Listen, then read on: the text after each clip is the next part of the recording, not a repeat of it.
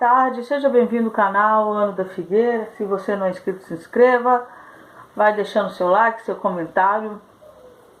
Antes de fazer meus comentários, eu queria agradecer a vocês todos que se inscreveram, os que já estavam aí. Nós conseguimos nessa semana passar de 1000 pessoas inscritas. Eu agradeço aquelas pessoas que muitas vezes eu não queria mais continuar com esse canal e falaram tantas coisas incentivadoras. Eu quero agradecer os novos inscritos, eu quero agradecer aqueles que confiam no trabalho, até aqueles que fizeram comentários construtivos. Então que Deus abençoe vocês, parabéns para nós, que o canal está crescendo do jeito que está disparado. Então vamos para as notícias. Comentário: ele já dobrou a esquina. As correntes sionistas do primeiro escalão do establishment oculto que trabalham para a formação de um governo único mundial, estejam eles infiltrados ou não, dentro ou fora de Israel, todos são unânimes em anunciar a aproximação de seu Messias político. Sob promessa, este Messias político governará a partir de Jerusalém para o mundo. Por isso o motivo de tanto entusiasmo por parte de alguns e cerceamento da liberdade por parte de outros. Pode acreditar, ele já dobrou a esquina. Então, muitas pessoas fazem a pergunta: quem é ele, como ele, onde ele está? As pessoas que fazem parte do grupo de rabinos mais conhecidos, ultra-ortodoxos e ortodoxos, já sabem quem é, ele já se manifestou. E esse é o caminho que o Messias tem que se manifestar. Ele tem que ganhar a parte política, porque se ele vai ser rei, então o parlamento, de uma certa forma, é dissolvido ou perde-se autoridade. Segundo, ele tem que se manifestar para o Sinédrio, porque ele precisa de um apoio religioso. Porque se o Sinédrio não concordar, quem é que vai concordar? E tem essa parte dos judeus ali, desses rabinos, que tem uma autoridade às vezes muito maior do que um primeiro-ministro, porque algumas partes dos judeus só ouvem tais rabinos. Então esse é o caminho que o Messias tem que fazer. Antes dele ser proclamado rei de Israel, ele tem que ser reconhecido pelas autoridades rabínicas, sinédrio religioso, política. Tudo isso ele tem que ser reconhecido. Então, como vocês viram, o ministro da Saúde já falou que ele vai acabar com a pandemia. O ministro Benjamin Netanyahu tem uma palavra de profecia sobre ele, porque ele tem que ser o último ministro de Israel, porque ele vai passar a chave do seu gabinete para o Messias. Então o Messias ele já se manifesta ali dentro do cenário político. Dentro do cenário religioso também, ele tem que ser reconhecido.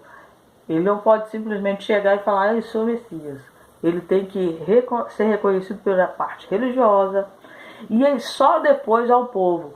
Então por isso que está sendo esse mistério. E o que foi que eu recebi hoje, vendo um vídeo de um rabino, é que todos os rabinos, eles esperam a redenção para a Páscoa. O Messias ele tem que se manifestar na Páscoa. Então, o que eles estão falando? Que ele vai manifestar até o dia 16 de abril. Porque essa Páscoa é a mesma Páscoa celebrada lá há mais de 3.000 anos por Moisés. Os judeus todos têm que ficar em casa. Aí eles estão falando que o coronavírus é a 10ª praga, assim como foi naquela época. E que essa é a época dele se manifestar. Fora a questão da numerologia, da cabala, da questão da lua, que aconteceu na Páscoa, enfim. A Páscoa vai ter o dia 15. Então tudo dentro do misticismo, dentro das profecias, se encaixa para esta Páscoa, que ele vai se manifestar ali. Me perguntaram sobre o Macron. Sempre me perguntam sobre o Macron. Então a gente tem que entender quem é o Messias que Israel está esperando. Eu vou colocar os pontos que todo judeu espera desse Messias. Ele tem que ser príncipe? Sim. Príncipe porque é da linhagem de Davi. Se a pessoa não tem linhagem de Davi, não é considerado príncipe, vai ser rei de Israel. Entenda isso. O rei de Israel tem que ter sangue real. Isso é da linhagem de Davi. O que está falando lá em Daniel é que não deram a ele a dignidade real. Não significa que ele não era príncipe, significa que ele era príncipe e ainda não tinha sido eleito como tal. Então é príncipe sim da raiz de Davi. Nenhum rei de Israel pode ter outra linhagem a não ser essa. E não é difícil de saber, porque até o Silvio Santos é da linhagem de Davi, então não é difícil. A Abravanel, por exemplo, toda Abravanel é da raiz de Davi. Depois, ele tem que construir o terceiro templo, isso é uma profecia que ele tem que cumprir. Ele tem que trazer o povo de Israel de novo, a juntar o povo novamente. Isso significa também questão que ele tem que saber muito bem a Torá. Para você saber a Torá e todo o Mishtivá, tudo que acontece, toda a Bíblia, você tem que já ser ensinado desde criança. Esses são os requisitos principais que não podem se abrir, que não se abre mão. O Messias tem que ter isso. O Macron, ele tem sangue judeu, tem, mas não é da linhagem de Davi. Então, não pode ser príncipe de Israel, portanto, se não é príncipe, não pode ser rei. Segundo, esse Messias ele vai vir para ensinar a Torá ao mundo inteiro. Uma das coisas que a Torá mais bate, idolatria. Ele foi criado, todo mundo sabe, por uma instituição jesuíta, ele desde criança. Quando ele esteve em Israel, ele não foi visitar o Benjamin Netanyahu. Ele foi visitar uma igreja da França. O Messias, ele vai bater muito em idolatria. Então ele não pode chegar e ir entrando numa igreja católica. Não estou batendo nos católicos. Pensa o que eu estou falando. Eu estou falando do Messias. Ele vai vir com todos os ensinamentos da Torá. O Macron, ele chegou lá e ainda expulsou vários policiais, rebentou com eles falando que era da França, e de lá ele foi encontrar com Abbas, que é inimigo de Israel. E todas as resoluções que a ONU tem contra Israel, você pode olhar lá que a França é uma que apoia, está sempre contra Israel. Então, o Macron ele não luta as causas de Israel, que é uma obrigação do Messias. É bem claro, ele tem que vencer todas as guerras de Israel. Todas. Ele tem que construir o terceiro templo. Macron é contra.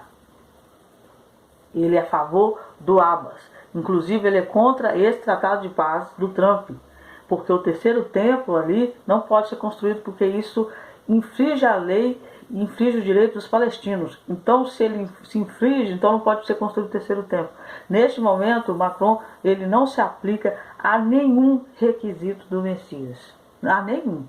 Pode ser que ele mude lá na frente? Pode. Mas nesse momento ele não se aplica. Macron é odiado pelos judeus. Qualquer pessoa que vive no meio sabe que ninguém gosta dele. Porque ele é contra Israel, a favor dos inimigos de Israel. Eu acredito que o Macron vai vir e vai se submeter ao Messias, ao meu ver. Mas não é o Messias. Agora vamos para mais notícias. Outra notícia que eu tenho para falar para vocês. Os arranjos práticos para os Kohanim, que é os judeus descidos por Arão, o sumo sacerdote, já ficaram prontos. E eles já estão tentando fazer um sacrifício lá de Páscoa. E eu acredito que nem seria mais oculto, por causa da questão dos palestinos. Mas eles estão fazendo várias coisas para que esteja essa Páscoa lá em cima no monte. Esse ano, os judeus doaram dinheiro para uma assinatura do sacrifício. Então, esse ano o rabino Chen Kanivies, um dos rabinos mais importantes e respeitados de Israel, comprou uma assinatura dando assim seu apoio tácito à restituição do serviço do templo. Antes do feriado, o rabino Jordan Klick, ex-membro do Likud, ativista do Monte do Templo, trouxe um cordeiro que serviria como sacrifício a ser abençoado pelo rabino Kamenetsky. Então só está esperando o ministro de Defesa permitir que seja feito esse sacrifício no Monte do Templo. Espero que se consiga. porque aí não vai parar mais. Então essas são as notícias que eu tenho para vocês. Até o dia 16 eles estão esperando a manifestação do Messias, porque é o dia da redenção de Israel, a Páscoa, que vai ter o dia 16, dia 15, né? 15 para Israel. E vamos aguardar, os acontecimentos estão acontecendo tudo tão rápido. E fique ligado no canal, Deus abençoe vocês.